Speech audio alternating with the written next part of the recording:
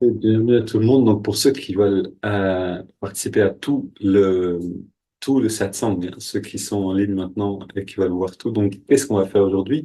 Un moment d'intériorité, donc de pratique de méditation ensemble. On va voir en fait qu'en 15 minutes, on peut basculer à l'intérieur. On a la force du groupe qui nous aide à le faire. On a la régularité, c'est-à-dire qu'on pratique les mêmes techniques. Ça aussi, c'est important régulièrement. Et du coup, il y a un chemin qui se fait à l'intérieur de nous. Et de la même manière que parce on, on fait quelque chose souvent. Vous savez, si on se met souvent en colère, dans le pire des cas, ben, on va se mettre facilement en colère.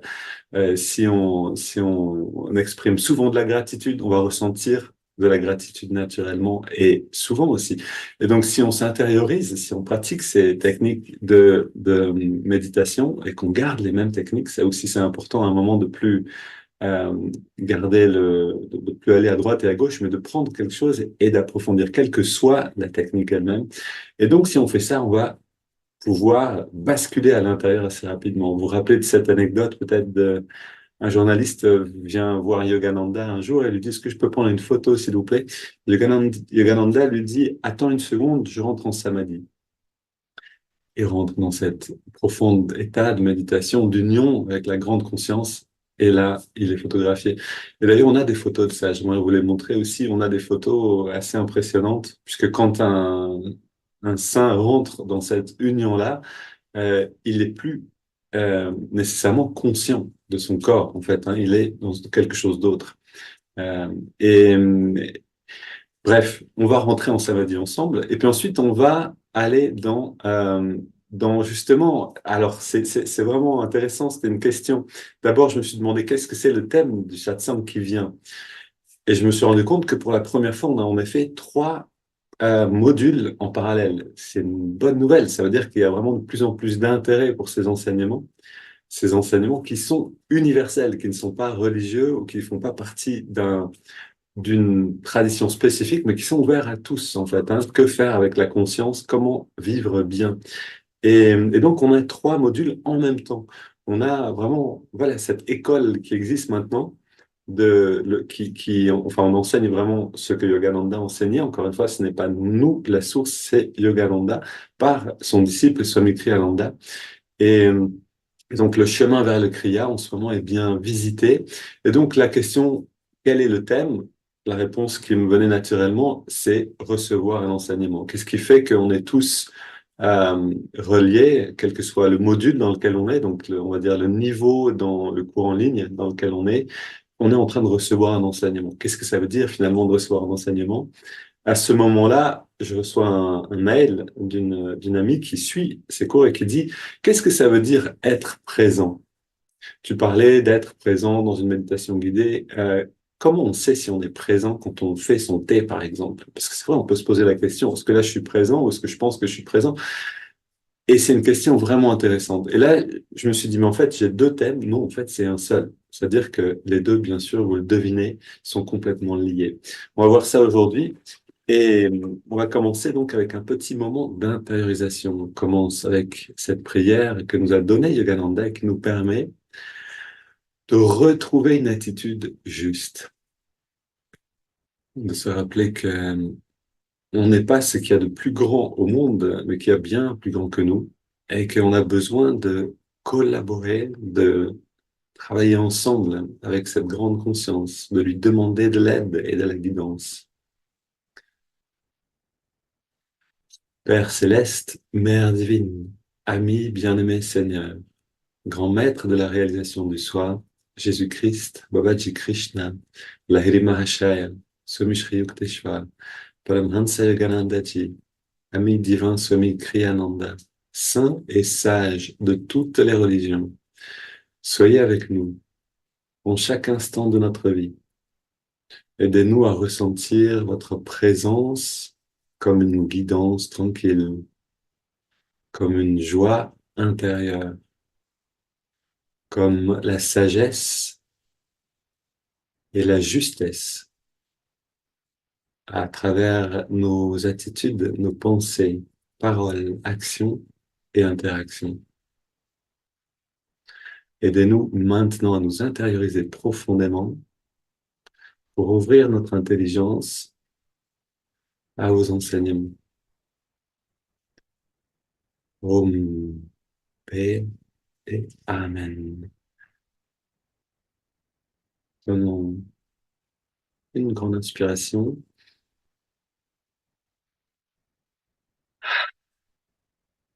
On va simplement ressentir le corps tel quel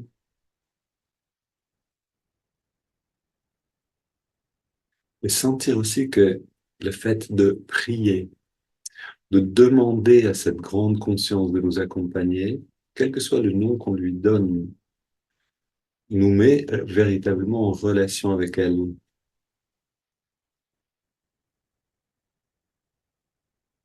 La prière devient efficace quand elle devient vécue. Si je prie juste dans ma tête, automatiquement, même si je répète un mantra sans rien sentir, ok, ça a peut-être un effet dans le sens où ça réduit le nombre de pensées que j'ai. Mais si je rentre dans l'expérience de cette relation intérieure, alors la prière ou le mantra ou une répétition d'affirmation ont une force très différente. Maintenant, prenons une inspiration profonde en entrelaçant les doigts au niveau de la poitrine. Expire, les mains vers l'avant, on arrondit le dos. Voilà, on étire bien le dos dans tous les sens. Inspire vers le ciel. Expire, on se penche vers la gauche pour étirer le côté droit. Inspire, retour au centre. Expire, on se penche vers la droite. Et on sent l'étirement à gauche. On revient au centre. Et à chaque fois, on se réétire vers le haut. C'est l'étirement le plus important. Puis on expire, on se tourne vers la gauche. On pose les mains sur la chaise, sur le sol, et on soutient la rotation le plus loin possible.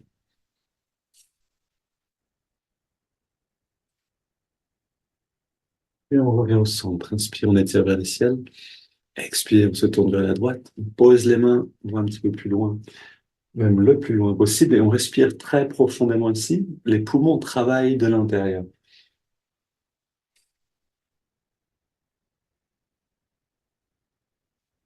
On revient au centre. Donc, on prend à chaque fois une posture et on respire dans cette position. La respiration, c'est l'énergie qui va circuler de mieux en mieux, justement. On se penche maintenant légèrement vers l'arrière avec le dos, pas forcément avec la tête. Donc, on n'abandonne pas la tête vers l'arrière parce qu'on ne veut pas resserrer trop les cervicales. Et on inspire profondément, resserrant les coudes et les épaules derrière pour ouvrir la poitrine. Jusqu'à sentir véritablement les côtes qui s'écartent en respirant profondément. Voilà, on va au bout de l'inspire. Et on revient au centre. On pose les mains sur les cuisses, paumes vers le ciel, le dos est redressé, très détendu.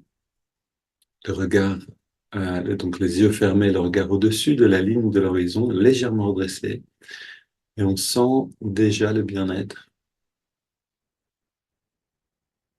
qui vient quand la poitrine s'ouvre,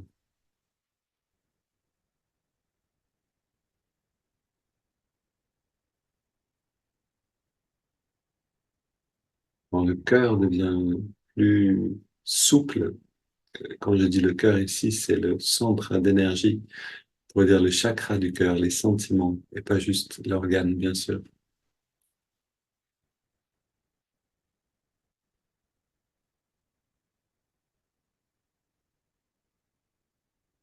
Et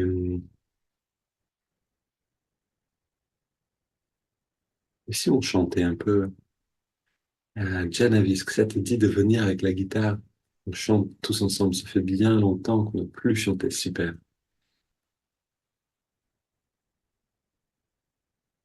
Un chant simple, justement, on vient d'ouvrir la zone du cœur, restons dans l'expérience de cette ouverture et on va l'enrichir, on va, si vous voulez, repeindre cette zone-là avec le chant. Jai Ma, victoire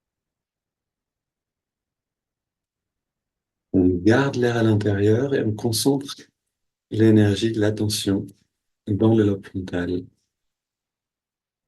Même durée. Puis on expire maintenant sur la même durée.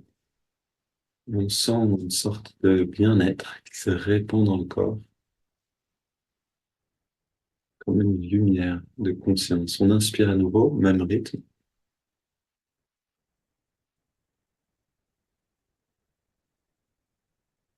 On garde l'air dedans.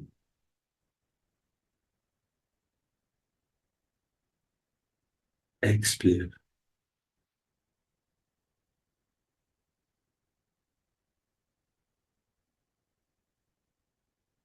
Inspire. Passons par chaque partie de la colonne. Coccyx, sacrum, lombaire, dorsale, cervicale. Et on garde l'air dedans. Lobe frontal, le point de jonction des sourcils.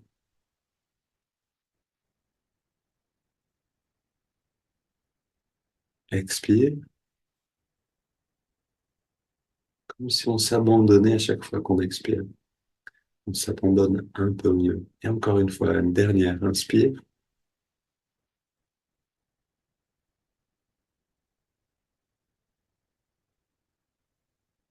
On retient le souffle.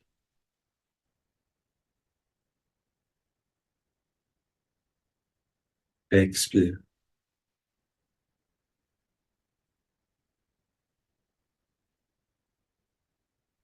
Maintenant, on prend une grande inspiration et on laisse le corps respirer de lui-même. On se retire du contrôle. On ne contrôle plus le souffle. On ressent simplement tout le bien-être qui est là.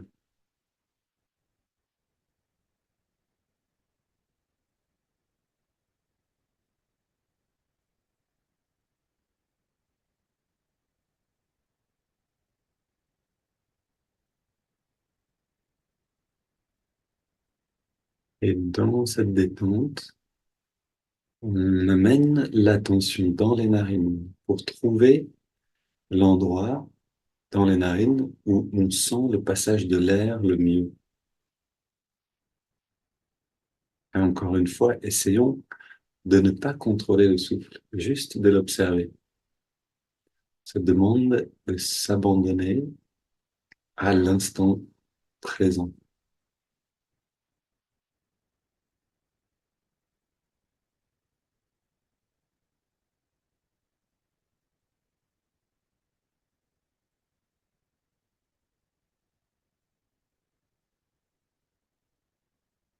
Je respire de la même manière que quand je dors. C'est le corps qui gère. Et je savoure de mieux en mieux les sensations du souffle. Je découvre la fraîcheur de l'inspire, le contraste avec la tiédeur de l'expiration.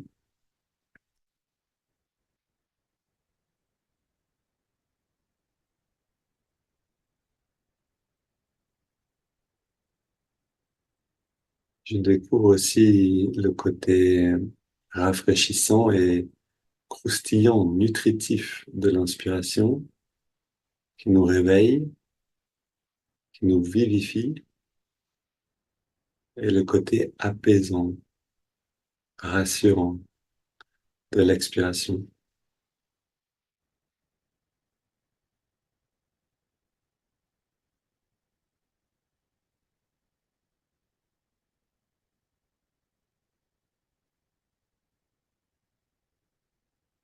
Voilà la première expression de la dualité dans laquelle on vit, c'est ces deux qualités du souffle,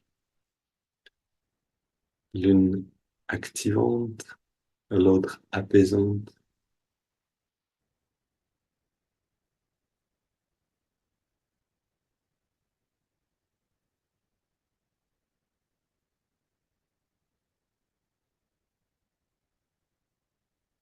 Et lorsqu'un yogi se libère de la conscience duel, de la conscience du corps, Et de cette réalité, il se libère aussi de la respiration.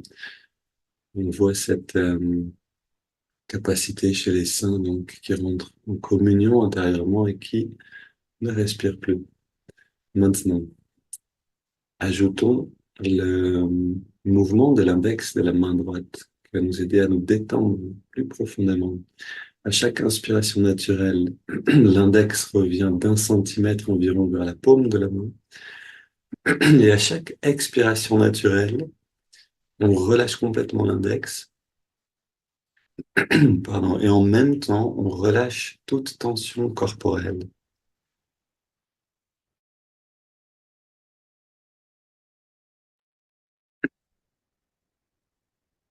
À chaque fois qu'on expire, on se détend un peu plus.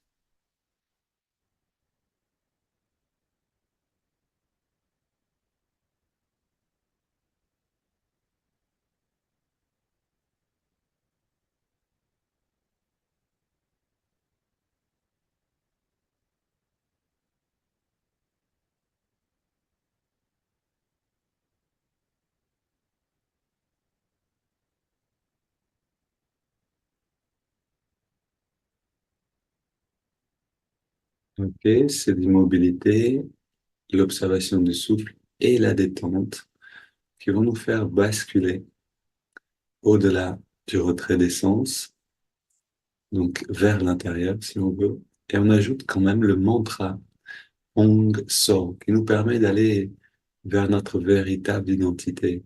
Hong accompagne l'inspiration et signifie je suis, et So accompagne l'expiration et signifie ce qui est.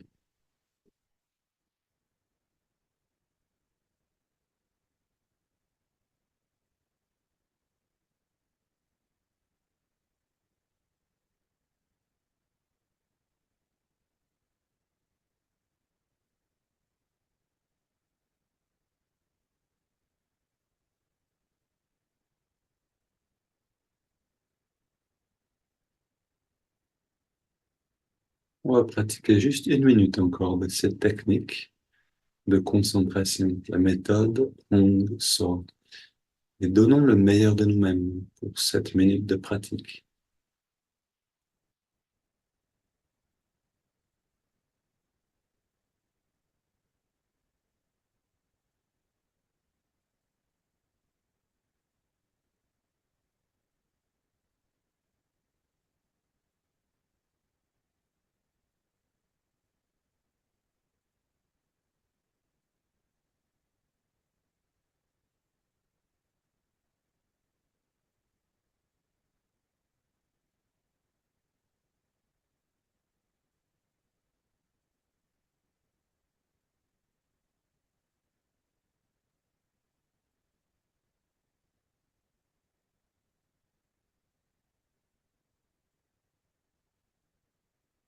Puis on prend une inspiration profonde. On expire en 3 fois et quelques instants sans respirer, comme libre justement de la respiration. Puis on laisse le corps respirer naturellement. On abandonne les techniques de concentration. On abandonne l'observation du souffle, le mantra et le mouvement des doigts. Et on ressent simplement la qualité d'être dans laquelle on est maintenant.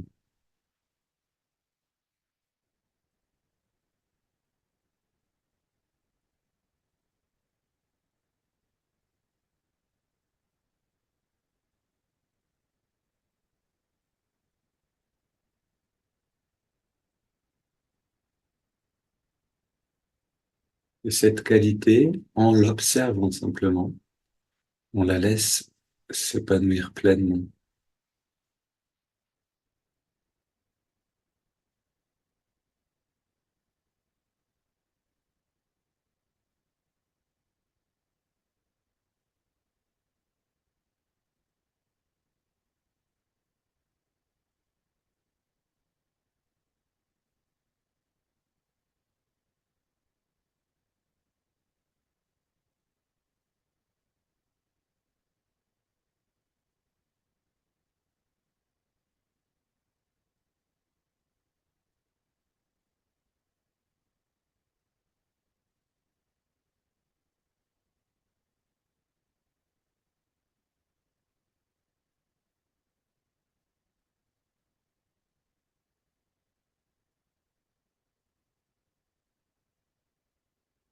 Et on laisse cette lumière de la conscience, ce bien-être rayonner au-delà des limites du corps physique.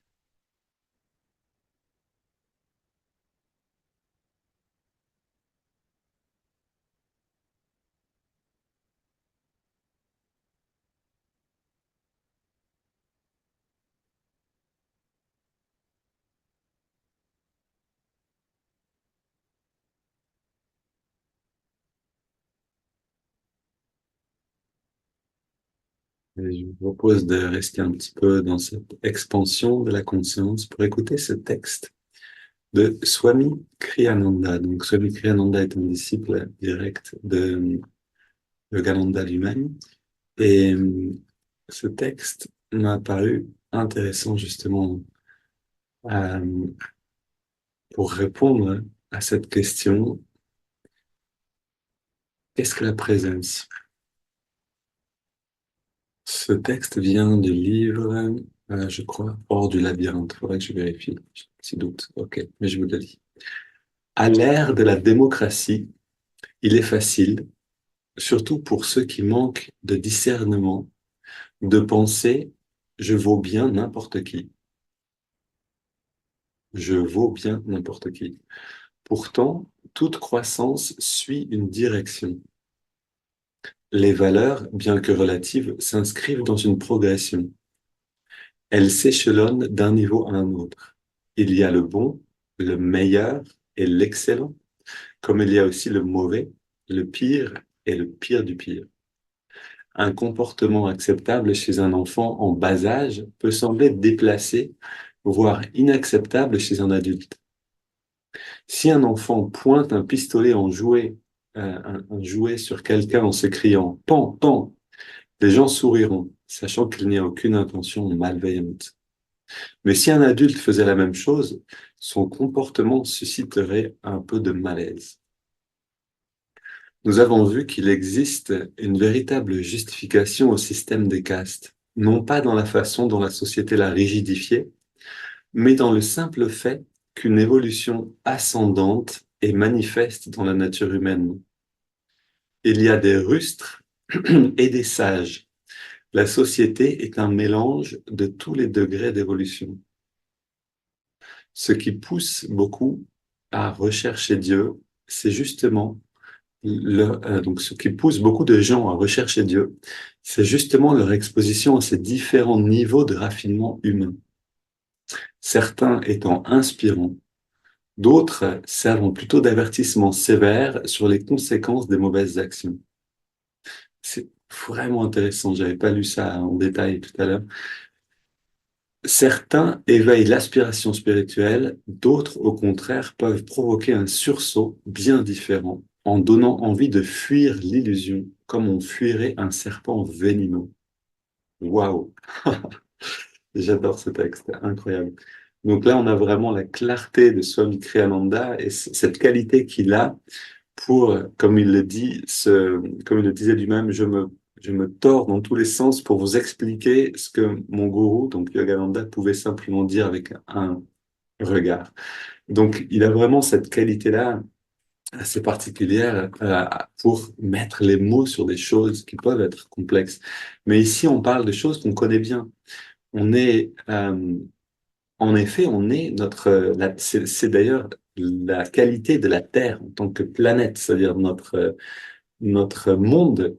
Une des qualités du monde, c'est d'être un mélange. C'est-à-dire que on a des personnes qui sont absolument matérialistes, pour qui la réalité, c'est la matière, parce qu'elles en sont là simplement dans leur évolution spirituelle, dans leur cycle de réincarnation. On arrive à ce moment où on sort de la conscience animale, nous expliquent les yogis, ici pas seulement Yogananda, mais bien d'autres encore, et on s'incarne dans la forme humaine. Parce que la forme humaine, son potentiel, c'est d'arriver finalement à retourner à la source et d'aller jusqu'au bout de ce voyage de la conscience. Mais donc, quand on s'incarne dans cette forme, on est au début très simple dans la perception et dans la conscience, dans le raffinement de la conscience. Et alors que quand on est relativement, on s'est déjà incarné un bon nombre de fois, on a cherché à être heureux de bien des manières et on a vu que ça fonctionne pas, ok, on s'oriente en effet parce qu'on voit la limite du bonheur que peuvent donner les plaisirs des sens. Donc, la limite du bonheur qu'on peut trouver dans le monde, on va se tourner vers l'intérieur. Et donc là, on va en effet avancer euh, dans l'échelle, on pourrait dire, de l'évolution humaine. C'est-à-dire qu'on n'est plus l'humain qui sort de l'animal, qui est encore vraiment cherché son bonheur dehors, euh, uniquement et qui découvre le monde avec cette grande joie qu'ont les animaux, de courir dans tous les sens comme les petits chiens qui... Voilà, ça c'est vraiment un... Et puis à un moment, on va dans quelque chose d'autre. Vous avez des enfants qui ont une sagesse, on le sent, qui sont plus hypnotisés par le monde, qui recherchent ailleurs quelque chose euh, de plus stable, de plus réel en fait. Et donc, voilà, le texte nous parle de ça, mais ce qui est bon de savoir, c'est que nous-mêmes, on est une société. Nous-mêmes, on est un mélange de bien des aspirations différentes. Et que en nous-mêmes, on va avoir, et ça c'est l'enseignement merveilleux de la Bhagavad Gita, euh, que Yogananda est venu expliquer aussi et qu'on se réjouit de partager avec vous, c'est que cet enseignement nous montre qu'on est un ensemble de citoyens, c'est-à-dire que nous-mêmes, on est constitué de bien un nombre de personnes, une foule de personnes, c'est-à-dire d'aspirations. On a en nous un désir de réaliser telle chose, puis un autre de réaliser telle chose. On a en nous une aspiration spirituelle et on a en même temps euh, par exemple, une peur qui est liée à telle ou telle expérience. On est un ensemble de toutes ces choses-là et ces citoyens intérieurs se manifestent à différents moments, prennent la parole, si vous voulez, et prennent la direction finalement de notre vie à différents moments. Et en fait, et là on arrive vraiment à la question de Samantha, excellente question, qu'est-ce que c'est la présence? Comment est-ce qu'on sait qu'on est présent? Et justement, c'est c'est là que se fait le travail. Alors, pour y répondre, je voudrais revenir un petit peu en arrière.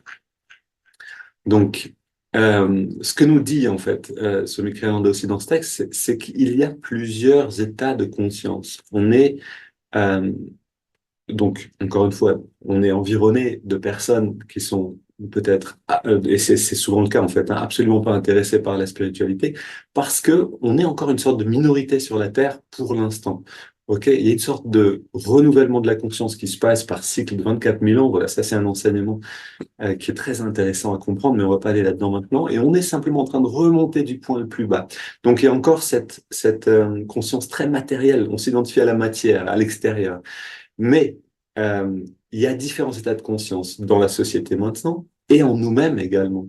Et euh, on a on a une conscience en nous qui va être donc selon ces citoyens intérieurs très identifiés, par exemple à nos besoins matériels. Si j'ai faim, ok, je vais sentir le ventre comme ça qui est un peu vide, qui appelle, qui a faim, qui ok, là je peux en effet m'identifier à un besoin corporel. Ok, c'est une forme de conscience. Si j'ai des pensées, ok, des choses que j'aime, alors j'aimerais bien réduire un tout petit peu ça. Voilà, super, vous voir en même temps que je peux voir le plan super. Et donc, si en même temps, si, pardon, je m'identifie à des pensées, à ce que j'aime, à ce que j'aime pas, ok, à mes goûts en fait, hein, ou ça peut être de l'art. C'est aussi une forme d'identification qui est plus subtile.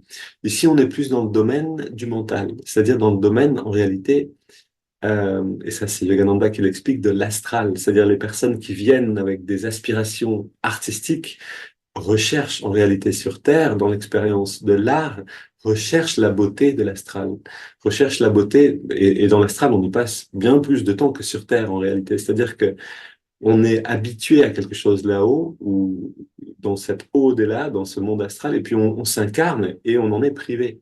On est dans le monde dur, froid, chaud, comment, le monde très contraignant de la matière. Et donc, les aspirations artistiques, ça va être en effet cette nostalgie, ce retour vers quelque chose de plus élevé. Mais on peut aussi s'identifier à ça. On peut s'identifier à beaucoup de choses. On peut s'identifier à notre aspiration spirituelle et dire je suis euh, chrétien ou je suis musulman. Alors là, on s'identifie à une forme de spiritualité. Ce n'est pas en fait la spiritualité elle-même, c'est vraiment une forme. Je suis un tel, c'est-à-dire dans une certaine tradition. Et on peut enfin s'identifier à qui on est vraiment. C'est la plus grande, c'est la plus belle de toutes les identifications, finalement, c'est de retrouver. Donc, Hong So, je suis ce qui est. Je suis, et donc cette autre conscience ici dépasse, si vous voulez, toutes les autres. Mais, puisqu'elle les englobe toutes d'une certaine manière. Mais donc, on a un ensemble d'identifications. On est un ensemble d'identifications. On n'est pas seulement euh, une aspiration artistique. On peut avoir cette aspiration-là. On peut avoir une aspiration spirituelle, on peut avoir des besoins. On a tout ça en nous, en fait, constamment. Et donc, ce qui détermine, en fait, l'état de notre conscience, c'est à quoi on s'identifie dans l'instant. Qu'est-ce qui se passe maintenant? Qu'est-ce qui est en train de se passer maintenant? Et à partir du moment, donc, par exemple, où j'ai faim, OK, là, j'ai le choix. C'est-à-dire, j'ai faim, mais je n'ai rien à manger. Imaginons, je suis en train de marcher quelque part. OK, on est parti en randonnée. On a encore 2 heures de marche devant nous et j'ai faim, terriblement faim. OK, qu'est-ce qui se passe ici? Soit je vais m'identifier à cette faim et agir à partir de là. Ok, j'ai faim, j'ai rien amené, je suis vraiment stupide. Mais toi, est-ce que tu as quelque chose dans ton sac? Toi non plus. Ok, c'est le mauvais scénario, hein. On va pas aller trop loin là-dedans. Mais donc, on va vivre des émotions ici qui sont liées à l'identification à ce besoin, par exemple. Et si la conscience ne peut pas faire, si en fait on ne peut pas changer de direction, si la volonté ne peut pas le faire, si la personne ne peut pas le faire, dans ce cas-là, on va simplement devenir ce besoin-là, s'identifier à ce besoin-là et vivre ce besoin-là entièrement. Ok, on peut parler ici d'une forme d'inconscience dans le sens où on est entièrement identifié à cela. Maintenant, si je m'aperçois que j'ai faim, que j'ai rien à manger, que personne n'a rien emmené, euh, et que j'ai une contrariété, si je peux regarder cette contrariété et décider de la manger, c'est peut-être une image qui peut nous parler, c'est-à-dire de me nourrir finalement de ce que je suis en train de vivre. Non plus de devenir la victime de ce que je vis, de cette identification, mais de la vivre autrement. Alors, je peux commencer à la transcender. C'est-à-dire, je peux dire, OK, j'ai faim. OK, je sens ça dans le ventre. OK, je sens toutes ces choses, je les ai, mais je ne suis pas ces choses. Et donc, quelle que soit la technique, si vous voulez, pour se désidentifier, on appelle ça la saisie ou la dessaisie dans la tradition bouddhiste, ou simplement l'identification, à peu près dans toutes les autres traditions. Si on se libère de cette identification, on donne une autre direction à notre conscience. Et c'est là où les mots de Swami Kriyananda font vraiment sens, c'est-à-dire ont un sens profond, l'évolution spirituelle est directionnelle. OK? C'est-à-dire, c'est pas seulement, est-ce que quand je suis en train de faire monter, comme pour reprendre la question de Samantha, comment je sais si je suis en train, quand je suis en train de faire monter dans la cuisine, si je suis présent ou non? La question est très bonne, la réponse est à la fois simple et complexe. C'est-à-dire, euh, la réponse simple, c'est dans quelle direction va ma conscience? Est-ce que je suis dans une direction ascendante, dans transcender l'identification qui est actuelle chez moi maintenant, ou est-ce que je me fais emporter par elle? Et si je me fais emporter par elle, je vais renforcer naturellement cette identification à un besoin ou des pensées ou quelque chose que j'aime, quelque chose que j'aime pas. Si je prends un autre exemple, un artiste, par exemple, qui a peint quelque chose, ou oui, on va dire un peintre, ok, il a peint quelque chose, il le montre, et puis il y a un critique qui vient et qui dit oui, enfin bon, ça ressemble à tel. Je peux prendre une expérience en fait personnelle. Une fois, j'ai composé une pièce de musique, et je viens voir mon professeur de composition à Vienne, en Autriche, où j'ai passé une douzaine d'années, donc j'ai vraiment étudié là-bas aussi la musique. Et puis moi, j'étais plein de cette magie de la musique. Je trouvais ça incroyable, toutes ces notes, tout ça qu'on pouvait écrire, les sons que ça donnait. Je lui montre ma composition, il regarde et il me dit, mais en fait, ça, c'est juste une fugue. Maintenant, il faut passer à autre chose. Essaye de faire quelque chose qui n'a pas été... Voilà, c'est l'école un petit peu, j'allais dire viennoise, mais c'est pas vrai en fait, hein. C'est un petit peu l'école de l'art je dirais l'école pervertie en fait de l'art. C'est-à-dire qu'on n'est plus à essayer de faire du magique, mais à essayer de faire du nouveau, à essayer de créer quelque chose qui n'a pas été fait. C'est la mentalisation de l'art. Et donc, dans cette situation, personnellement, je trouvais que c'était joli ce que j'avais écrit. J'étais content parce que je voyais un petit peu de magie à l'intérieur. Et là, à travers son commentaire, parce que j'étais attaché à ça, j'ai senti une certaine frustration. Ok, bon, après, c'était pas terrible. Enfin, c'était pas une grande frustration. Je me suis dit qu'il devait avoir des idées et moi d'autres idées. Et puis finalement, j'ai vite arrêté d'étudier là où je voulais étudier. Bref, une autre histoire. Mais quelqu'un donc qui s'attacherait fortement au regard de l'extérieur et donc qui serait susceptible à cette critique va vivre une émotion négative. C'est très beau ce que j'ai fait. Pourquoi est-ce que toi tu peux pas le voir, etc., etc. Ma valeur dépend de ce que j'ai fait. Mais si je peux me libérer de ça, la conscience remonte. Donc, quel que soit en fait, et même mon aspiration spirituelle, on voit ça avec il y a de grands saints donc qui sont arrivés vraiment très loin dans l'évolution spirituelle. Yogananda en parle aussi pour nous prévenir, attention, on n'est jamais sûr d'être sorti d'affaire jusqu'à atteindre un certain état de conscience. Et donc, il y a même des saints, des personnes très élevées spirituellement qui manifestaient des pouvoirs comme le fait de marcher sur l'eau. C'était ce yogi, je ne sais plus son nom en Inde. Il était avec un missionnaire. Le missionnaire lui parlait de Jésus. Et lui disait, mais enfin, qu'est-ce qu'il a, votre Jésus, de plus que nous? Et puis, le missionnaire lui dit, ben, par exemple, lui, il pouvait marcher sur l'eau. Alors, le yogi se lève et marche sur l'eau. Il dit, et moi? Mais cette attitude n'était pas tout à fait la juste. Et c'est intéressant parce que donc ce yogi a chuté plus tard. Il est retourné vers les plaisirs du monde. Il s'est marié. Il a abandonné son chemin de sannyasi, de renoncement, pendant un certain temps. Et puis un jour, s'est rendu compte que, OK, c'était pas ce qu'il cherchait, qu'il avait connu bien mieux que ça. Et donc, il est redevenu yogi et il s'est libéré assez rapidement aussi. Mais c'est intéressant de voir que ces choses fonctionnent, donc sont présentes en nous, des capacités de retomber aussi. Mais retomber, ça veut dire quoi? Ça veut vraiment dire ce mouvement en nous. Si on se désidentifie avec cette limitation du corps, du mental, etc., la conscience s'élève. Si on se libère de notre identification à une religion, la conscience s'élève.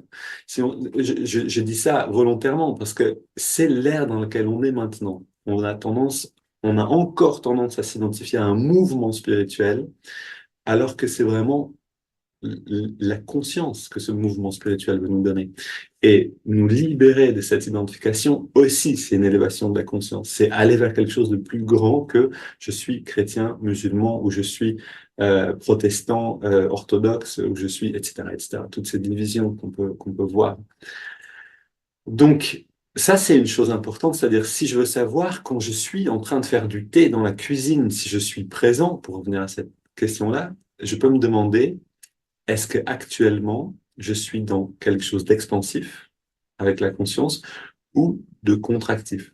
Est-ce que je suis dans un automatisme de je suis en train de faire monter et je pense déjà aux résultats, etc., etc., ou est-ce que je suis plutôt dans quelque chose de vivant? Je prends plaisir à faire ce thé et non pas seulement j'en prends plaisir à le faire, mais je prends de plus en plus plaisir à faire ce thé, à habiter les mouvements, etc. Alors maintenant, il n'y a pas de règle et c'est ça qui est vraiment intéressant. Quelqu'un qui vient vous dire la pleine présence, c'est sentir tous les sens, sentir que vous êtes dans votre corps, chaque mouvement. C'est pas vrai. C'est une manière d'orienter l'attention quelque part. Pour quelqu'un par exemple, qui peut dépasser la conscience du corps et être conscient de tout, ce serait une limitation terrible d'être seulement conscient des cinq sens. Ok? Pour quelqu'un qui est perdu dans le mental, comme à peu près nous tous, c'est génial de pouvoir sentir les cinq sens. Pour quelqu'un qui peut sentir les cinq sens maintenant et qui peut sentir la joie de sentir, par exemple, que c'est cette énergie impersonnelle qui passe à travers le corps pour agir à travers, parce qu'il a peut-être pratiqué yogoda, qui nous amène à cette conscience. Donc la recharge en énergie, qu'on apprend aussi dans ce cours, on va nous amener à cette expérience-là de les mouvements du corps sont en fait causés par une énergie impersonnelle qui le traverse. Si on peut aller dans cette expérience-là, alors faire son thé en pensant aux cinq sens et en étant conscient du corps physique, et ce sera dommage. Ce sera plus expansif de sentir que l'énergie passe à travers le corps et agit à travers, etc. Donc c'est pour dire que voilà, il y a pas en fait de Comment est-ce que je sais que je suis dans la pleine présence? La réponse, on peut pas dire si la pleine présence, c'est un interrupteur, et quand tu es pleinement présent, tu sens tous tes sens, et c'est bon, ça y est, t'es dedans, et quand tu l'éteins, c'est t'es dans le mental, tu penses à des pensées. Non, c'est pas aussi simple que ça. On peut avoir des pensées qui sont très inspirantes, merveilleusement euh, rafraîchissantes, qui vont emmener de la joie non seulement à nous, mais aux autres aussi, parce que c'est une direction expansive. Et dans ce cas-là, c'est tout à fait OK d'être conscient pleinement de cette pensée. Cette pensée, les pensées, c'est pas le mal absolu, c'est plutôt la qualité des pensées qui va nous faire du bien ou non, mais surtout de notre identification à ces pensées-là. Et donc, pour répondre finalement à cette question, qu'est-ce qui détermine si je suis présent, donc à quelque chose ou non? C'est d'abord la direction de la conscience. Est-ce qu'elle est ascendante? Il y a une expansion du cœur, en fait, hein, de l'expression, de l'expérience elle-même dans l'action, ou est-ce qu'il y a une contraction? Et c'est subtil. C'est-à-dire que quand je fais monter tous les jours, si je le fais d'une manière machinale, sans vraiment être conscient de mes mouvements, je vais pas avoir forcément l'impression que quelque chose se rétracte en moi-même. Donc c'est vraiment subtil. Et en réalité, c'est quand on commence à faire l'expérience en méditation de cette expansion plutôt aussi dans ce sens-là, comme on vient de le faire, c'est-à-dire on a médité en concentrant l'attention ici, dans les narines, parce que c'est important d'arriver à une certaine tranquillité du corps et du mental. On a contracté, on a détendu, tout ça c'est nécessaire. OK? Et quand on est ensuite dans une tranquillité et qu'on est seulement, EST, on est, alors on va sentir ce bien-être qui grandit. Et là, on est dans une expansion. Donc, c'est quelque chose de subtil et en s'habituant finalement à en faire l'expérience régulièrement, on va pouvoir voir quand dans la vie de tous les jours, on en fait l'expérience ou non. Et littéralement, de cette manière, la méditation devient un laboratoire. Elle nous donne euh, un point de repère, c'est-à-dire elle, c'est par elle que notre discernement spirituel va grandir, et c'est par elle qu'on va reconnaître que, OK, j'ai ce désir, allez, je le réalise, et maintenant, après la bataille, je regarde, comme dans la Bhagavad Gita, l'introspection regarde avec le roi, vous vous rappelez de l'histoire, et on voit en fait ce qui s'est passé. Est-ce que la conscience a été dans l'expansion ou non? Et là, on peut comprendre petit à petit que certaines de nos réalisations, de nos désirs, on a besoin de les vivre pour grandir, et certains de nos désirs, on a besoin d'y renoncer pour grandir. Et oui, je prends juste un instant pour regarder quelques notes. Alors oui, pour faire le lien, en effet, avec le fait que euh, l'idée à la base de ce satsang, c'était recevoir un enseignement. Et là est la merveille. C'est-à-dire, si je suis en train de faire du thé dans ma cuisine, ok, et que je suis dans une expérience expansive, euh, je suis en train de grandir spirituellement. Qu'est-ce qui fait l'essence d'un enseignement? C'est qu'il va me donner le potentiel de grandir spirituellement. Si je suis dans une situation difficile, ok, quelqu'un critique ma pièce de musique ou mon tableau, ok, je suis peintre, j'ai fait un très beau tableau ou quelle que soit la chose que j'ai faite, et quelqu'un vient le critiquer, ça va pas du tout, etc. Si je prends cette expérience et que je peux regarder cette situation avec une conscience plus large et voir que la vie me propose de m'élever au-delà de cette identification, alors l'expérience devient un enseignement. Alors la présence, en fait, me permet, la présence, c'est-à-dire ma capacité à recevoir la situation et à y faire face correctement, me permet de voir que la vie m'enseigne dans cette situation maintenant. Et en réalité, et c'est ça la merveille de la vie, c'est qu'elle nous enseigne constamment. Est-ce que ça veut dire que constamment, il faut être sur ses gardes, il faut être toujours à se demander qu'est-ce que c'est l'enseignement maintenant, qu'est-ce que je suis en train de rater, qu'est-ce que... Non, ça c'est encore un piège. Et c'est pour ça aussi que on est dans le deuxième module et dans le premier aussi, dans le cours en ligne, on va vraiment regarder les éléments nécessaires. Pour les résumer, on a deux forces en nous, encore une fois, inspire, expire, on les voit dans la respiration elle-même. Tout en notre corps aussi le montre, le droit et gauche, rationnel, intuitif, etc. Ces deux éléments ont besoin d'être en équilibre. Et donc, une bonne question qu'on peut se poser, c'est maintenant, dans l'action que je suis en train d'accomplir maintenant, quel est l'équilibre de ces forces à l'intérieur de moi? Est-ce que je suis dans peut-être trop de concentration, trop oui, ça me ramène à quelque chose d'autre. Il faudra que aussi on termine avec ça. Donc, pas oublier volonté, en effet. Est-ce que je suis trop de volonté de l'action elle-même, d'atteindre le but, trop de direction concentrée, ou est-ce que je suis dans trop d'expansion? C'est-à-dire, si on est dans trop d'expansion, voilà, on est détendu, c'est le lâcher prise, c'est super. Vous savez, pardon, il y a des traditions comme ça dans lesquelles on dit, mais en fait, t'as pas besoin de faire quoi que ce soit, t'es déjà réalisé. C'est bon, détends-toi, c'est bon. Ok. Sauf que si on regarde l'état du monde actuellement, bon, si on se détend tous, je suis pas sûr que que ça résolve le problème. Donc, il y a un effort à faire. Ok. Si on est seulement détendu, ouvert, tout le monde est gentil et tout ça, ben, peut-être il y a un bandit, comme on dit un bandit de nos jours, on dit un terroriste qui va venir, qui va mitrailler tout le monde, et moi je reste juste détendu et dire tout va bien. Non, ça va pas aller. Il y a un moment où il va falloir que moi-même je prenne une arme et que je l'empêche de faire du mal aux autres. Ça, c'est aussi un enseignement de la Bhagavad Gita, c'est que mais on ne va pas aller trop loin là-dedans, la non-violence appliquée à ce monde relatif, donc cette valeur absolue appliquée à ce monde relatif, ça fonctionne pas. On a besoin de la vivre toujours en fonction de la situation donnée.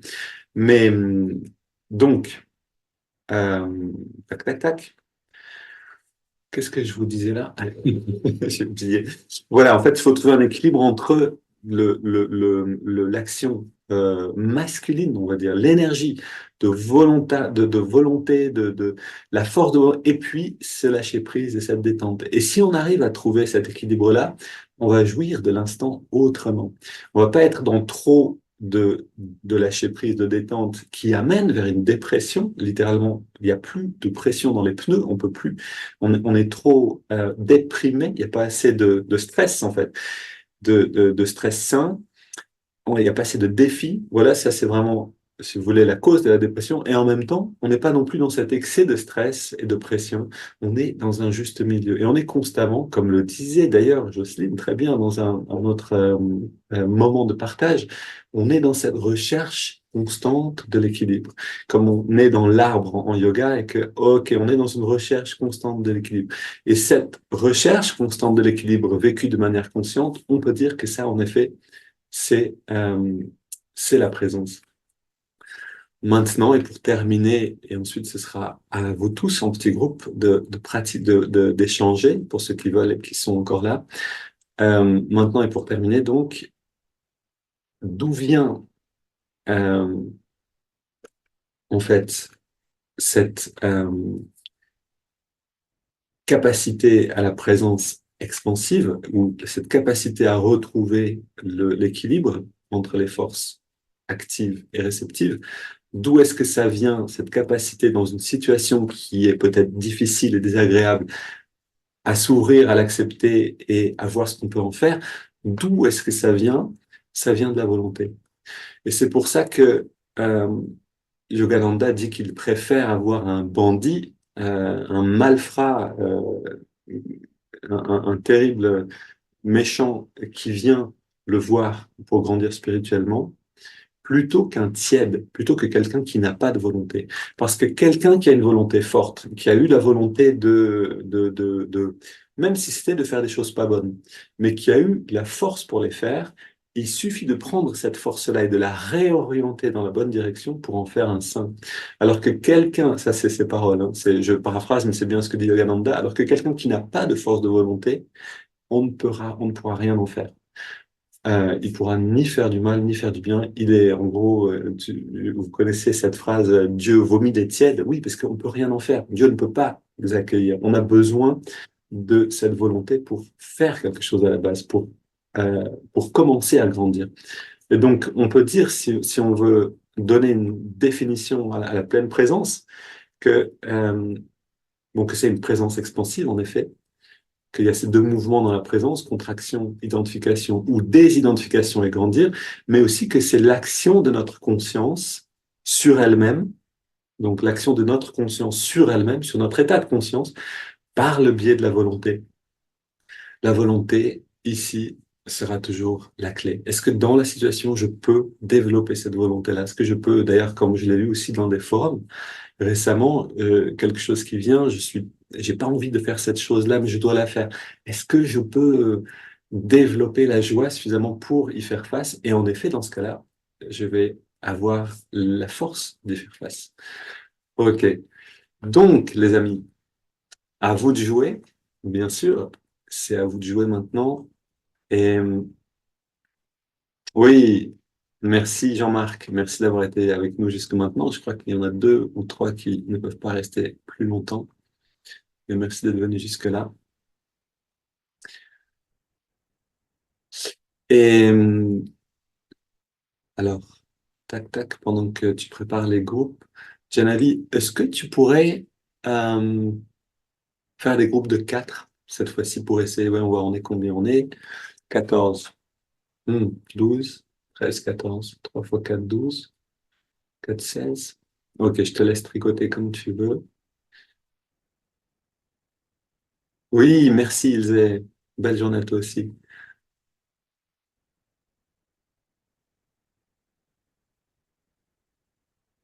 Et donc, la question qui se pose pour nous, c'est justement, donc, et cette très bonne question de Samantha, comment est-ce que je sais que je suis dans la présence?